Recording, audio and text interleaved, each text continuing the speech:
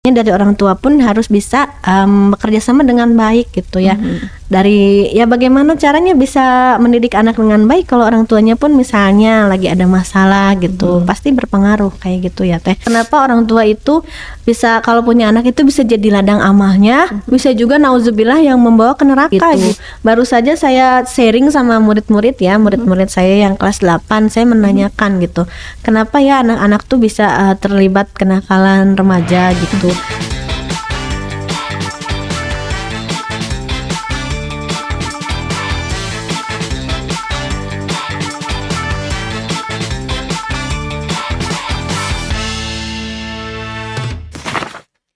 Assalamualaikum warahmatullahi wabarakatuh. Parents ketemu lagi di KDDA, Kenal Dekat Dunia ABG di Al Shifa TV. Ya, tentunya sama Bunda Muti ya. Dan sesuai yang udah kita diskusikan nih Bun. Sebelum-sebelumnya kita sudah bahas beberapa episode. Nah, khusus untuk diskusi kita kali ini yang kemarin kita obrolkan tentang kenakalan remaja. Gitu. Menurut Bunda tuh kenapa sih bisa terjadi kenakalan remaja gitu Bun? Apalagi ya dari sepengalaman Bunda gitu ya, sebagai konselor lah, katakan konselornya anak-anak gitu ya, guru BK di sekolah ataupun juga sebelum di Ashifa juga pernah di sekolah umum. Tentunya bentuk kenakalan remajanya akan berbeda-beda. Nah, sebelum ke situ, kenapa bisa sih terjadi kenakalan remaja gitu? Oke, menarik ya. Hari ini pembahasannya mungkin berbeda dari yang kemarin ya, lebih lebih hot mungkin ya, lebih menyala gitu ya. Kalau kemarin kan kayak yang seperti kayak karir kayak gitu ya, terus sampai ke memilih pasangan juga menentukan masa depan anak kita gitu. Ini lebih kayak udah kalau udah nakal tuh gimana gitu, seperti apa penyebabnya gitu.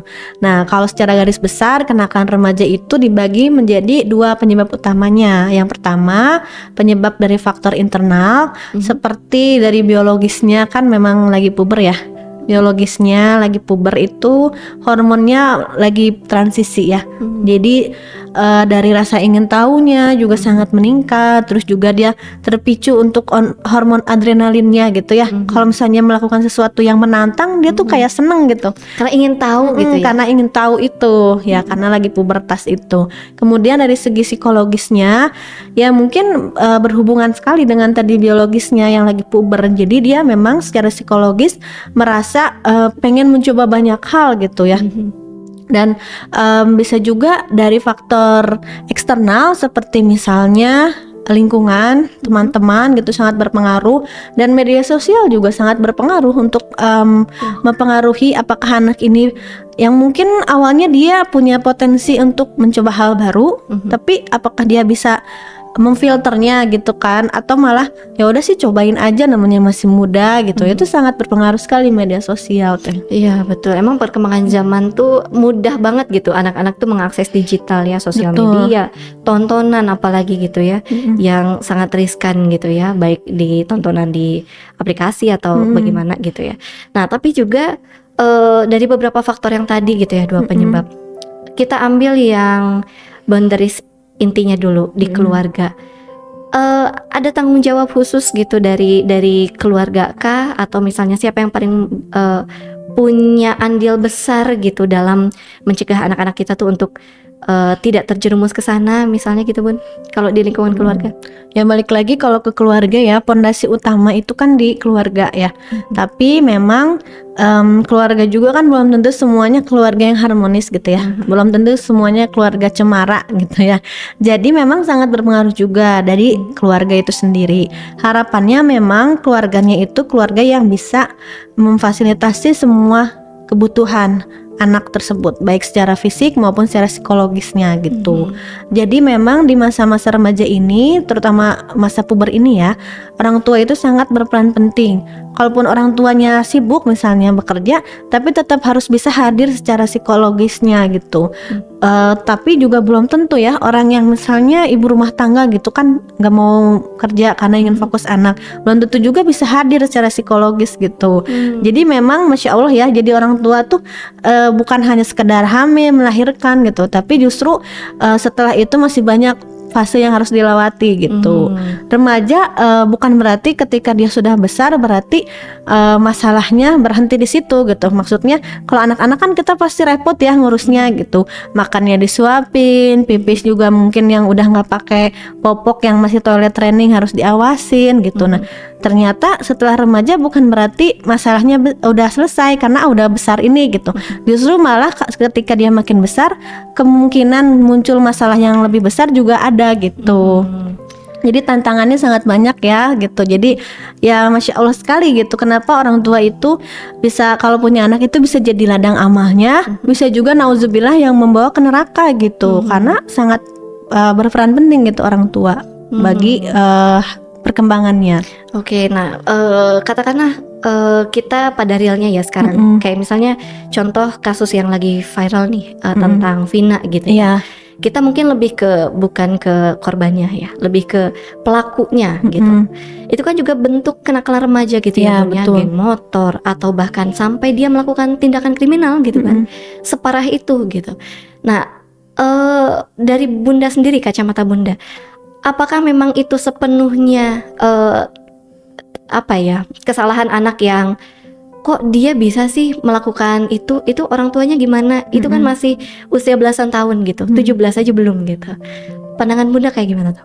Ya, sebenarnya kalau masalah seperti itu ya pertama-tama yang harus dipertanyakan betul ya orang tuanya kemana gitu. Apalagi kalau secara hukum, kalau anak di bawah 17 tahun itu masih dibilang remaja ya, belum bisa dijerat hukum dan masih menjadi tanggung jawab orang tuanya, seperti itu.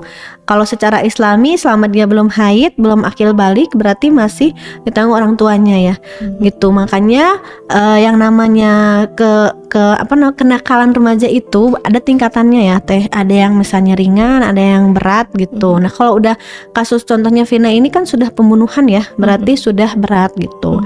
Tapi masalahnya mungkin kenapa bisa terjadi kalau kita ngikutin ya beritanya itu sampai sekarang ya masih viral lagi, mungkin karena ada filmnya juga. Jadi viral gitu ya. Katanya memang ada faktor pelakunya tersebut anak pejabat seperti itu ya. Nah selain memang anak pejabat juga mungkin karena dari usia secara dulu kan masih 16 tahun ya, itu belum bisa dijerat secara hukum karena masih dianggap remaja di bawah umur lah. Jadi dijeratnya ya cuma hukum anak gitu. Nah kayak gitu karena dianggapnya kalau anak di bawah 17 tahun itu belum dewasa, berarti belum bisa mempertimbangkan secara logika resikonya gitu. Cuma masalahnya makin kesini tuh anak-anak tuh makin menjadi gitu ya, mungkin karena makin aneh-aneh gitu ya, makin kesini makin kesana gitu ya, kayak gitu mungkin ya karena memang faktor dari media juga.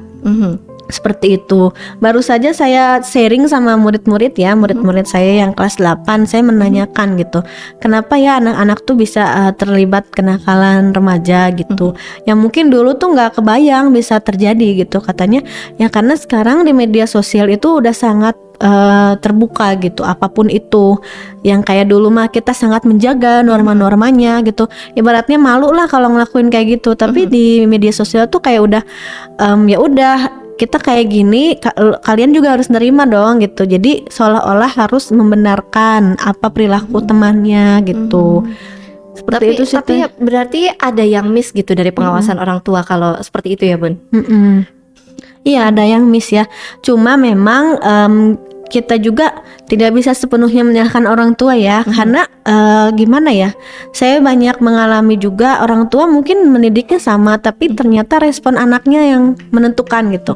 Ada anak yang orang tuanya mungkin dua-duanya bekerja atau mungkin bahkan ada yang bercerai tapi anaknya bisa menerima segala sesuatunya dengan positif gitu ya, dengan misalnya positif gitu, bahkan mengafirmasi positif ke dirinya sendiri kayak gitu. Jadi memang tidak sepenuhnya salah orang tua memang, karena ada faktor si anak itu sendiri kan, dia juga udah mulai berpikir, udah mulai bisa mempertimbangkan baik buruknya seperti itu ya. Tapi kalau ini pendapat saya ya Bun, yang pribadi. Kalau dari menurut saya gitu, mungkin bisa jadi beberapa berpendapat beda, kayak misalnya bukan salah orang tua sepenuhnya, tapi ketika misalnya anak beranjak remaja nih, kadang ada orang tua kayak misalnya nih saya kan di layanan informasi ya, banyak orang tua yang survei sekolah terus bilang ini anak saya introvert, nanti kalau di boarding tuh kayak gimana gitu misalnya gitu ya.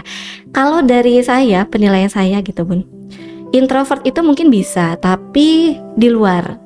Artinya ketika dia sudah bersama keluarga, mau sesibuk apapun gitu orang tuanya, seharusnya dia bisa terbuka dong gitu. Tidak ada istilah introvert gitu. Kecuali apakah memang kalau anak yang dia punya sekat gitu ya kayak sekat gitu, khususnya mungkin dari figur ibu atau figur bapak mungkin ya. Kalau ibu mungkin yang membersamai setiap waktu. Nah misalnya bapak nih yang juga kita ketahui ibu nih biasanya ngasihnya tuh pendidikan-pendidikan yang tentang kasih sayang gitu ya, atau misalnya perhatian. Kalau ayah dikenal dengan pendidikan yang keras, tegas, supaya apa? Mental anak nih kebentuk katanya gitu. Nah tapi juga dengan seperti itu anak mungkin ada sekat, jadi kayaknya kalau aku cerita ke ayah takut gitu.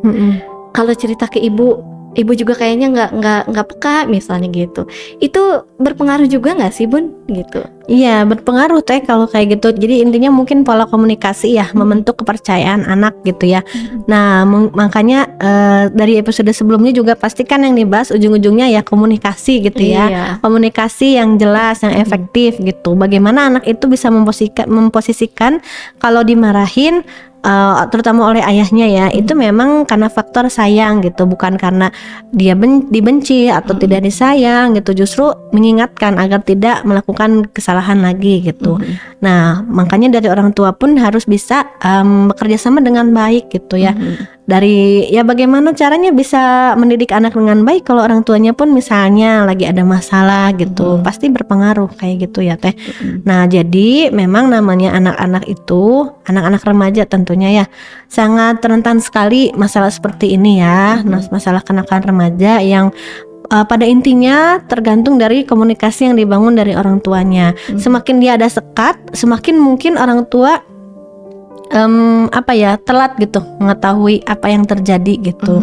Nah dan karena remaja ini sangat ingin tahu tinggi ya gitu, jadi mungkin memang sekali-sekali kita memberi ruang gitu. Mereka lagi penasaran nih apa sih, ayo diskusi gitu. Jangan misalnya penasaran apa gitu ya, tapi langsung dilarang. Nanti kalau sama orang tuanya dilarang, dia nyari taunya ke misalnya sama temannya atau diam-diam gitu ya. Seperti itu sih. Nah mungkin juga salah satu tipsnya kalau misalnya orang tuanya mau anaknya itu terjaga selalu, jangan lupa mungkin ya dari ibadah-ibadah kita juga gitu. Ada yang mungkin saya pernah dengar namanya tirakat gitu ya.